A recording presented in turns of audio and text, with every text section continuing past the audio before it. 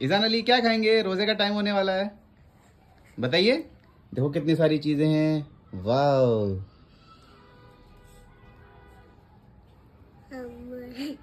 क्या खाएगा बताओ? यम्मी। यम्मी। हाँ, यम्मी में क्या खाते हो? यम्मी। यम्मी में क्या खाते हो? यम्मी। यम्मी बस? चिकन। चिकन। चिकन तो बाद में खाएंगे, अभी तो फ्रूट खाएंगे हम।